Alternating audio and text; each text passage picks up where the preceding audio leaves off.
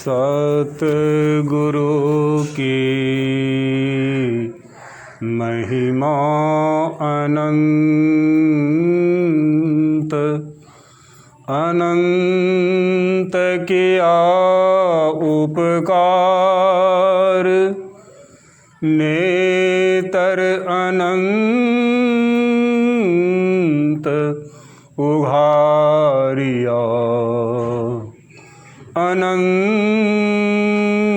दिखावन हार, नेतर अनंत उघारिया, अनंत दिखावन हार। जे सौ चंदा ओग वहीं, सूरज चरई हजार, ये तो चानन हों दिया,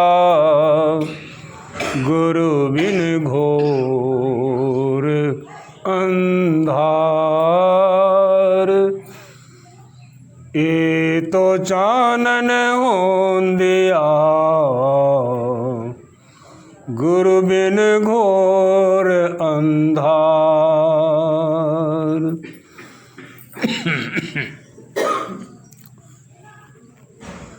संत पंथ सत्संग को सुनने आए प्रेमी जन, संत पंथ सत्संग में संतवाणी की ही प्रधानता होती है।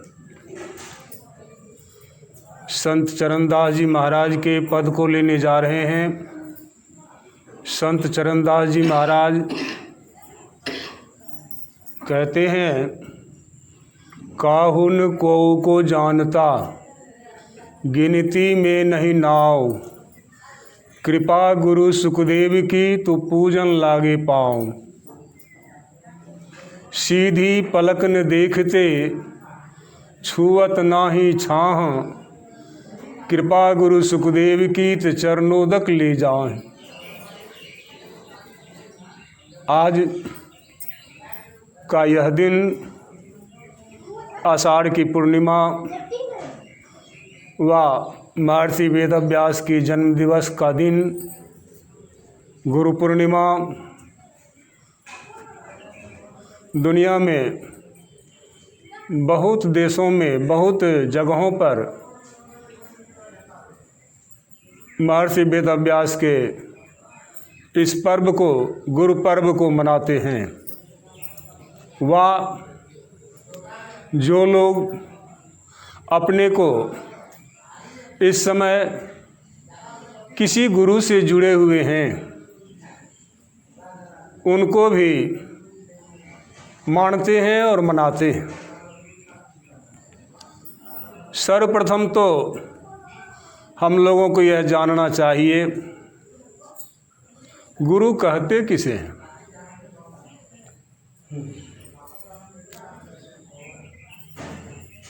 गुरु कोई शरीर को नहीं कहते हैं, गुरु ज्ञान को कहते हैं।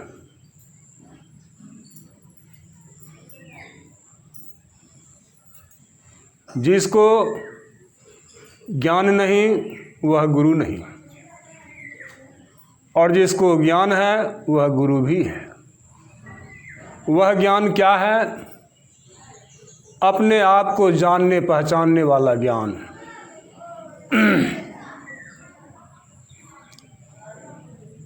कुछ लोग छायावादी बात करते हैं और कुछ लोग अस्पष्टवादी होते हैं। अस्पष्टवादी कहते हैं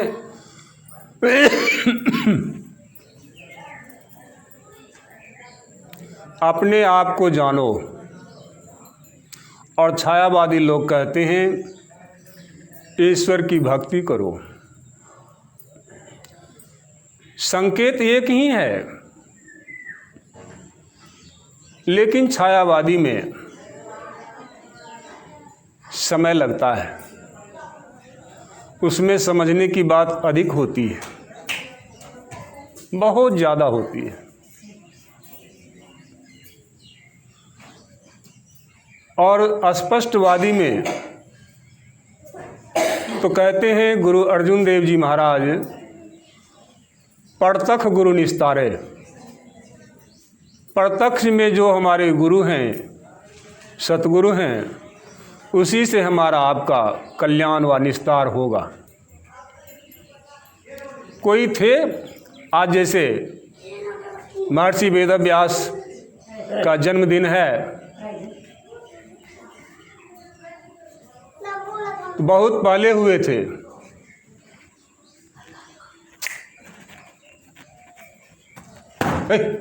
चलो छोड़ो, अरे छोड़ो ने, चलो। मूर्ख कहीं का, क्या बाहर खेलो। बहुत प्राचीन काल में हुए थे, आज वे नहीं हैं। हाँ, उनका चित्र और चरित्र सामने है, जिसको हम लोग याद करते हैं।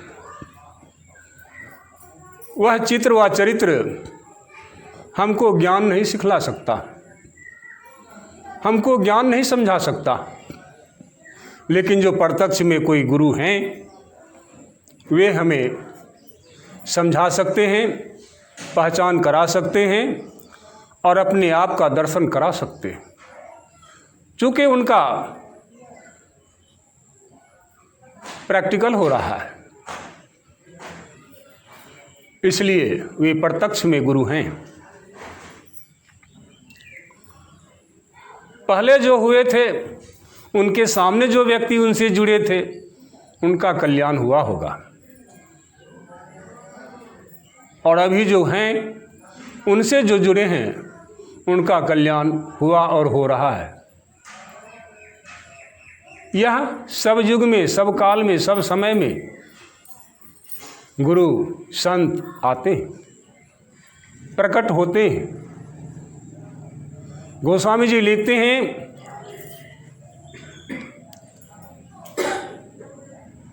संत उदय संतत सुखकारी, विश्व सुखद जिमि इंदु तमारी।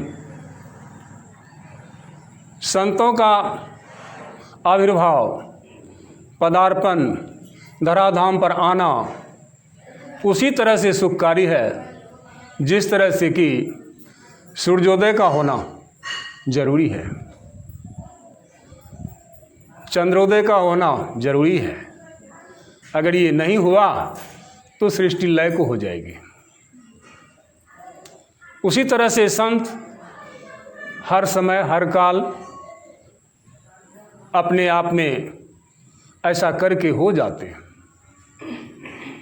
और उनसे जो ज्ञान सीखते हैं, उनको चाहिए सही माने में उन्हीं की सेवा, उन्हीं की भक्ति, उन्हीं की आदर सत्कार करना चाहिए। ऐसा नहीं कि और लोगों का नहीं करना चाहिए, करना चाहिए। संतों ने कहा, गुरु की भक्ति साधु की सेवा बिन कछु नहीं पाई हो। गुरु की भक्ति क्या है?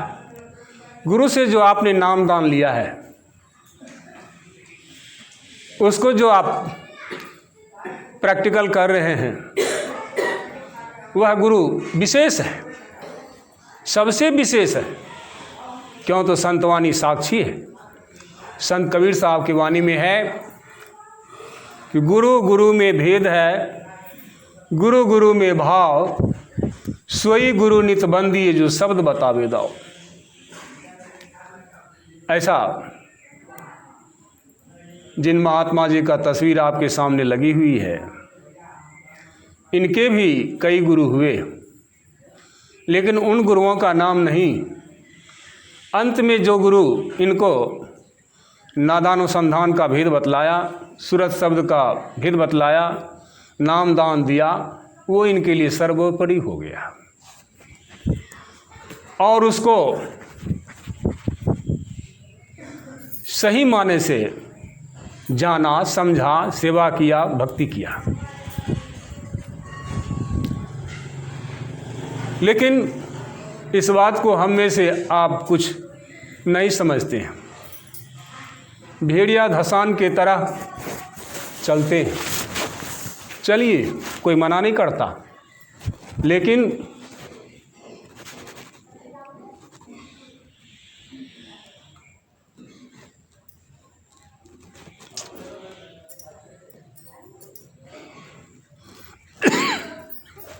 आप उस ज्ञान से लाभ नहीं ले पाएंगे। गुरु और शिष्य क्या है? गुरु और शिष्य है ज्ञान की मर्यादा को जोगना, और जो इसकी अवहेलना करते हैं उसको क्या हाथ लगता है? 0/0। वह मनमुखी है, गुरुमुखी नहीं है। संतों ने कहा, सर्वक्षण गुरु मन जो में ही होवे हो, निश्चय निर्वाण होवे संत सब कहे हो। सर्वक्षण, आप तो 24 घंटे में मुश्किल से एक आध क्षण आकर के गीत गा लेते होंगे, लेकिन उधर तो सारा समय आपका सांसारिकता में ही चली जाती है। आपने क्या किया? लेकिन संतों ने क्या कहा? सर्व क्षण, एक भी क्षण उससे खाली नहीं रहना चाहिए। गुरु मन, गुरु का मन जैसा है वैसा आपका भी मन हो जाए। जो ऐसा हो जाता है, निश्चय निर्वाण होवे संत सब कहे हो। यदि ऐसा नहीं होता है तो ये शब्द आपके लिए बेकार है।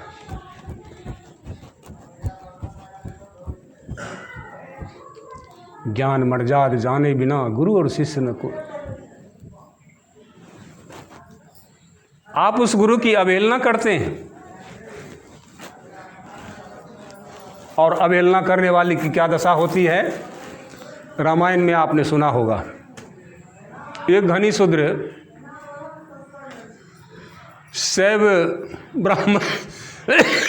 ब्राह्मण से शिव मंत्र लेकर के जप कर रहा था। कहाँ पर कर रहा था?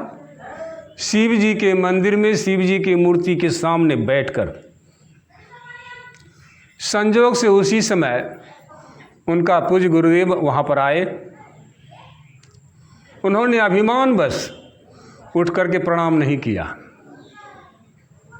यह सोच करके हम तो भगवान शिव की जप करते हैं, भगवान शिव के सामने करते हैं, भगवान शिव की भक्ति करते हैं, तो इसका क्या कीमती है, इसका क्या मोल महत्व है?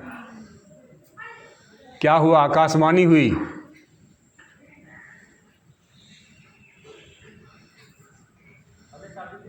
उसमें भगवान शिव उन्हें शाप देते हैं। अजगर बन के बैठा रह गया। गुरु आया, अभिमान से उठ करके प्रणाम नहीं किया। एक बार हरि मंदिर और जपत रहे शिव नाम, गुरु आए अभिमान ते उठ निकिन्न प्रणाम। तब भई नववाणी।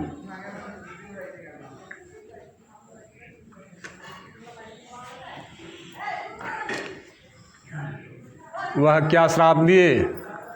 अजगर बन करके रहो। यह बात किसने सुना, किसने समझा? शिष्य नहीं समझा, गुरु ने समझा। गुरु भगवान शिव की स्तुति करते हैं, नमामि समीसा निर्वाण रूपम विभुम व्यापकम बम विद स्वरूपम आदि आदि कह करके उनको मनाते हैं। भगवान शिव कहते हैं कि देखो, तुम में गुरुता है, तुम बड़े दयालु हो, अपने शिष्य के उपकार के लिए तुमने क्षमा याचना किया है, लेकिन वृथा हो ही देवरी शिवानी, जो वाणी निकल गई है वह व्यर्थ नहीं होगा। तब जाओ, तुम्हारी कृपा दृष्टि पर मैं खुश हूँ, तो 1000 वर्ष इसी वृक्ष के कोटन में ये पड़ा रहेगा। यह कैसे हुआ? गुरु के अपमान के कारण। लेकिन गुरु ने उसके लिए क्या किया था? अपमान को भी सहन कर लिया।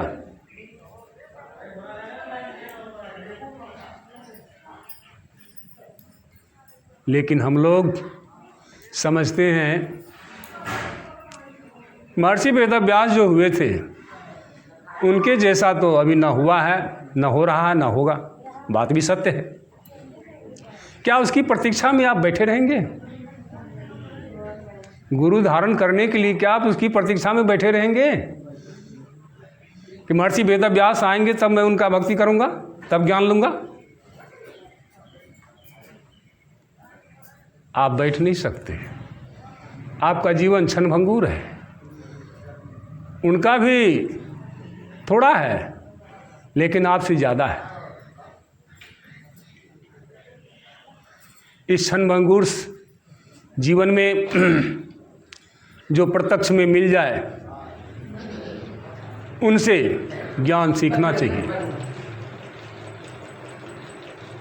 उनसे ज्ञान लेना चाहिए, उनसे ज्ञान सीखना चाहिए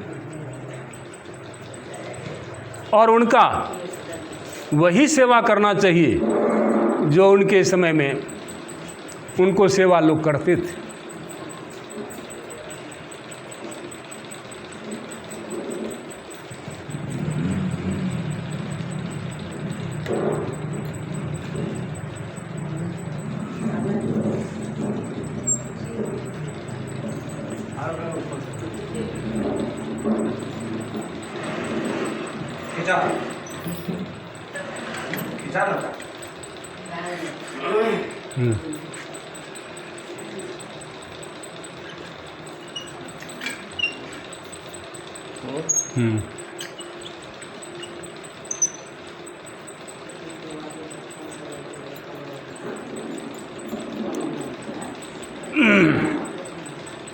गुरु से ज्ञान जो लीजिए शीश दीजिए दान, बहुतक भोंदू बही गए राख जीव अभिमान।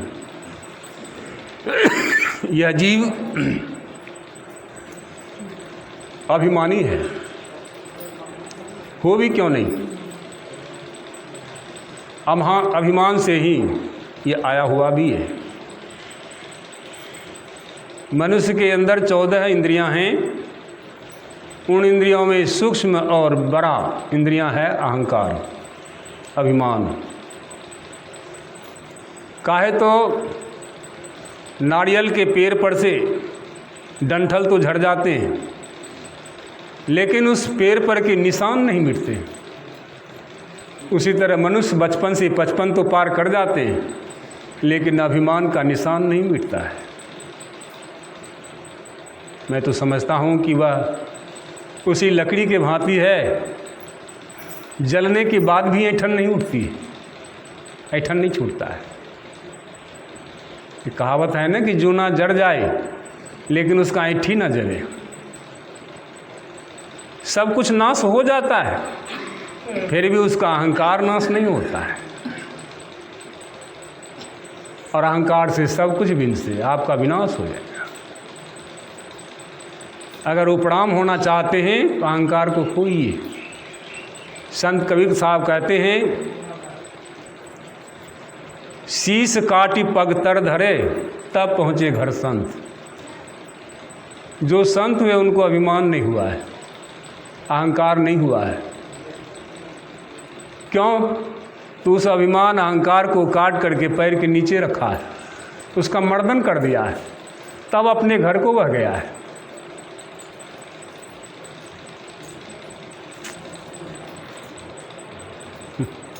साहब है।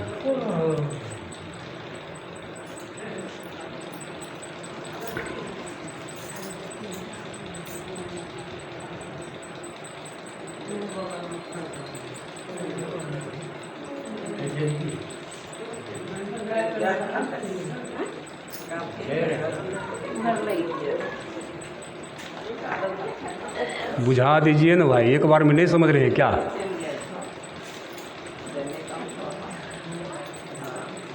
यही सबसे हम ये काम शुरू नहीं करते हैं।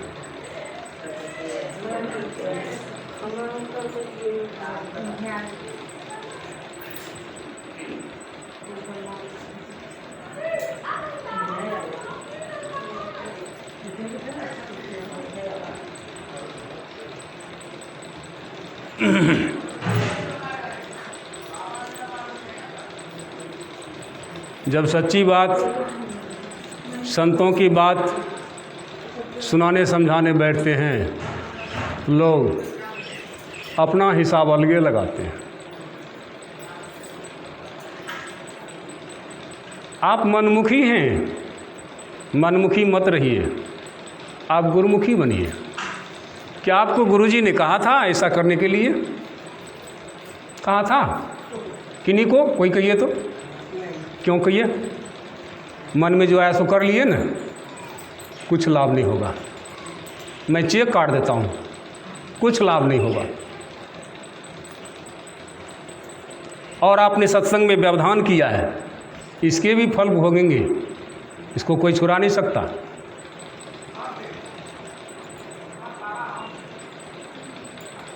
जहाँ सत्संग हो वहाँ पर किसी भी तरह का व्यवधान नहीं होना चाहिए। काहे व्यवधान होगा तो सुनने वाले का सूरत खींच जाएगा, वह सुनने का आम तो सुन लेगा इमली। यही कारण है कि आप लोग ही काम करते हैं।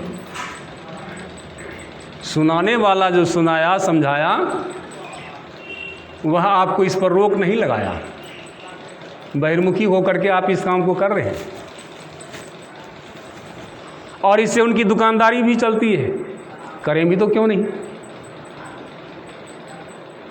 संतों को कोई दुकानदारी नहीं करना है। संतों को अपना जेब नहीं भरना, उसको जेब है ही नहीं। उन संतों के बारे में तो गोस्वामी जी कहते हैं कि खट विकार जित अनग अकामा, अचल अकिंचन सुचि सुख धामा, अमित बोध अनियमित भोगी, सत्य सार कवि कोविद योगी।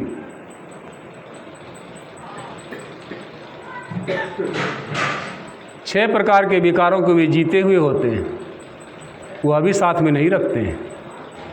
अनग, अघ में होता है पाप, और अनग में होता है पाप रहित, वे पाप रहित हो जाते हैं। अकामा, उनकी कोई कामना नहीं होती है। अचल, अपने आप में वे स्थिर होते हैं।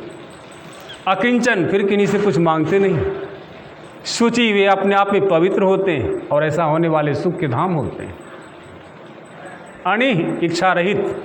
मित भोगी, थोड़े पदार्थों को पाने पर संतुष्ट रहना। सत्य के वे स्वरूप हो जाते हैं, सत्य के सार ग्राही होते हैं, कभी उनमें काव्य करने की क्षमता होती है। कोविद योगी, कितने बड़े विद्वान हैं, योगी हैं, ये सब उनमें होता है। ये दुनियावी सामान लेके वो क्या करेगा?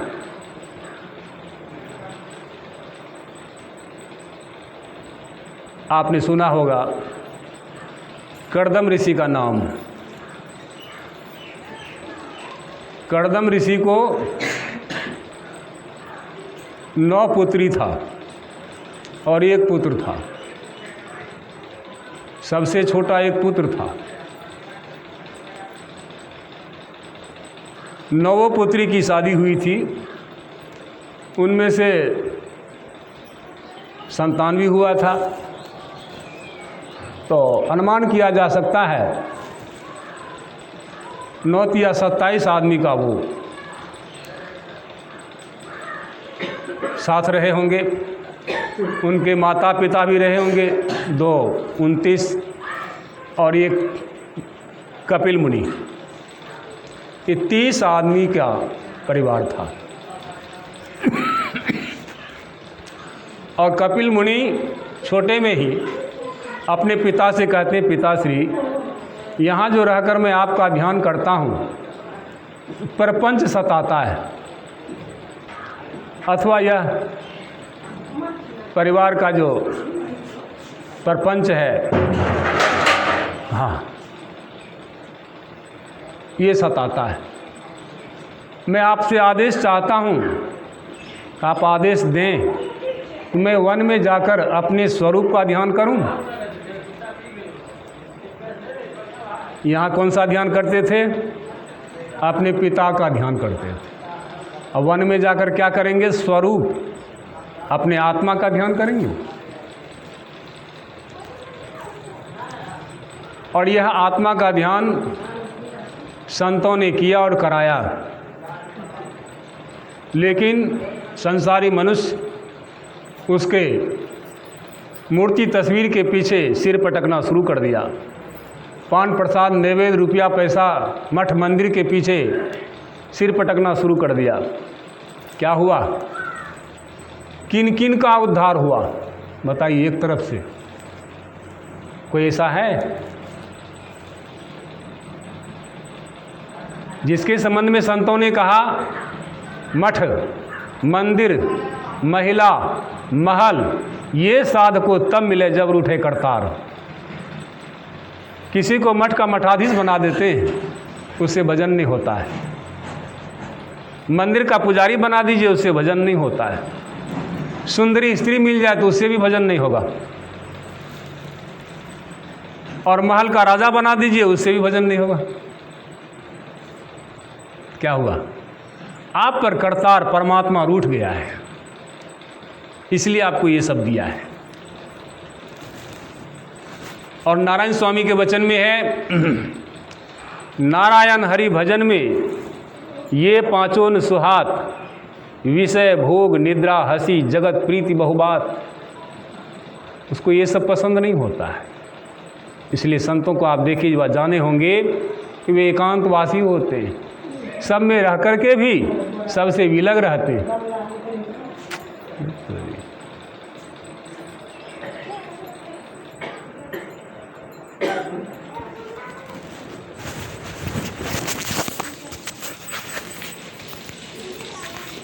मन तोर सत्संग करना, मन तोर शरण संतन की, अंतर अभिलाषा लगी रहे चरणन की।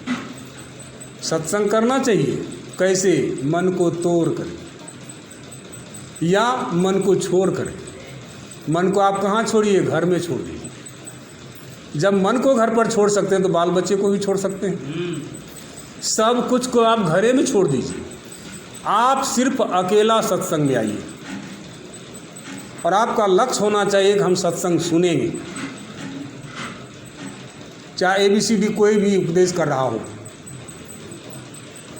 उपदेश करने वाला साधारण नहीं होता है, कुछ जान करके ही करता है। नहीं तो अलजलुल आदमी तो कुछ से कुछ बोलने लगेगा। बोलने का काम तो बोलने लगा कि इमली।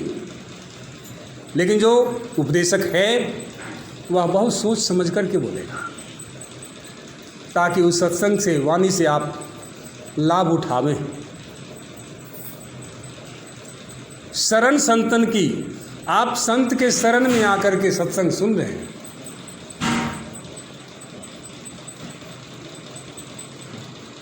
अंतर में आप अभिलाषा रखिए।